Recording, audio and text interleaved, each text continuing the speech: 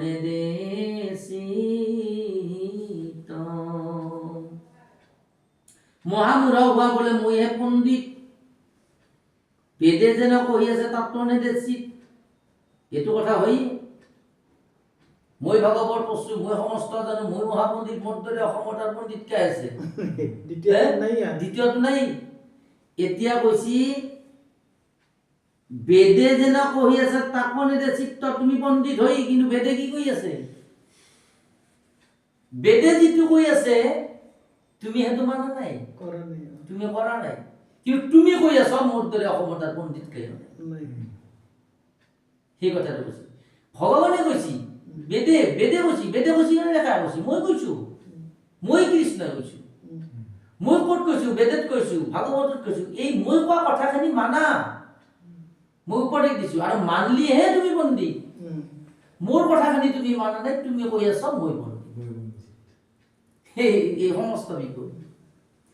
এরাম পাইবে মনোরথ সিদ্ধি মনে হেন মানে মোহ হুয়া অনেক খুক বোধে প্রাণে পখে পখু পক্ষী করে কি হবে বিশ্বাস গুছে ভয় থাকে চাপি গৃহস্থৰ পাখ মাতিলে আপুনি খাই হাততে আৰ তাক যিটো জনে বধে শুনা গতি তাৰ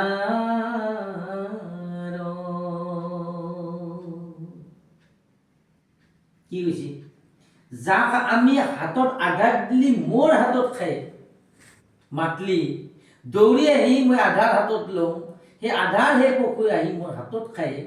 তেনেকুৱা পশুক মই বধি কি কৰি আছো তাক যিটো জনে বধে শুনা গতি তাৰ সেইজন ব্যক্তিৰ গতি কি হয় সেই অকম তুমি শুনা হৈ এইখন ফিল্ডৰ নাম কিন্তু দেখা যায় দিছে হনুমান ফিল্ড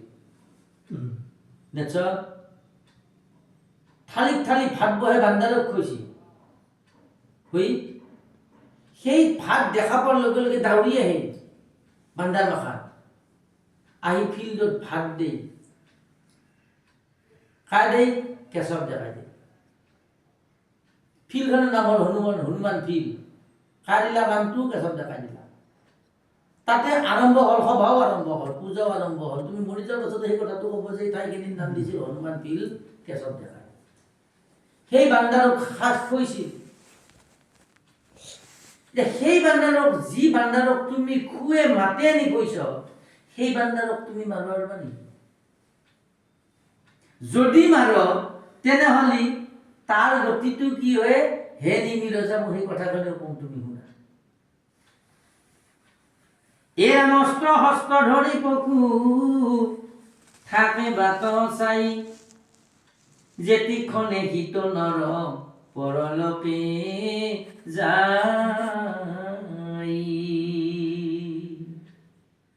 মই হাতত দি আধাৰ খাৱা আহাৰ পশুটোক মই কি কৈছো হত্যা কৰিলো তুমি বান্দা মাখানক ভাত বহিছা বান্দাৰৰ কাৰণে ভাত বান্দাৰক দিয়াৰ পাছত বান্দাৰে আহি খাব খাৰ পাছত তুমি যদি ধেনুকাল লৈ বা বাতুলজোৰ লৈ যদি তুমি ৰখি থাক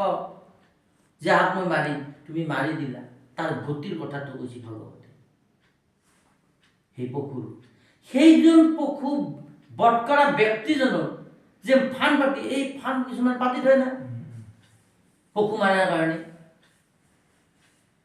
তাৰমানে আঘাত দিলা তাতে আঘাত খাবা আহি সি ৰখি আছে পৰিগাল জালো কল্লাক বধ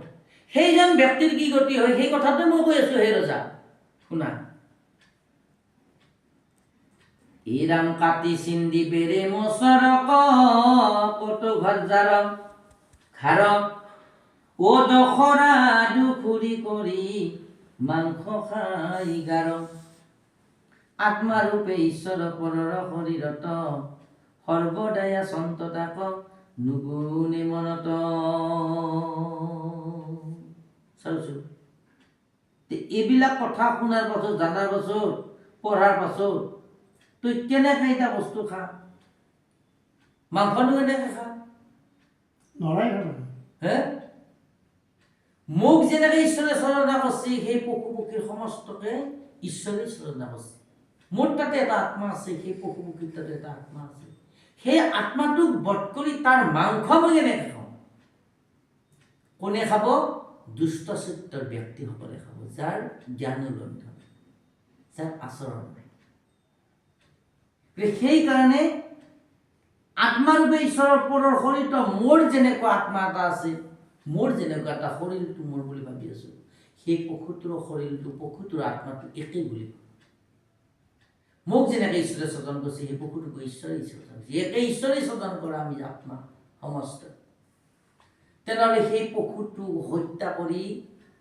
তাৰ মাংস মই খোৱা কি অপৰাধ এই কথাটোৱে কৈছে ভাগৱতে সৰ্বদা আচন্দ তাপ নুগুণে মনত পৰক কৰয় দেশ বৃথা দেহ লাগি নৰকত পৰিহিত পৰম অভাগী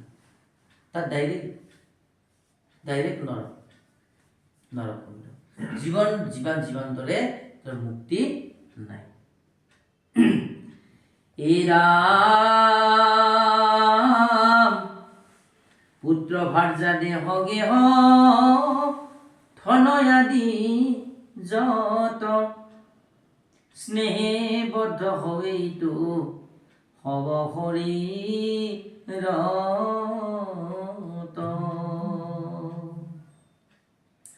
সাজি ঘৰ বাৰী কৰি অনেক হয়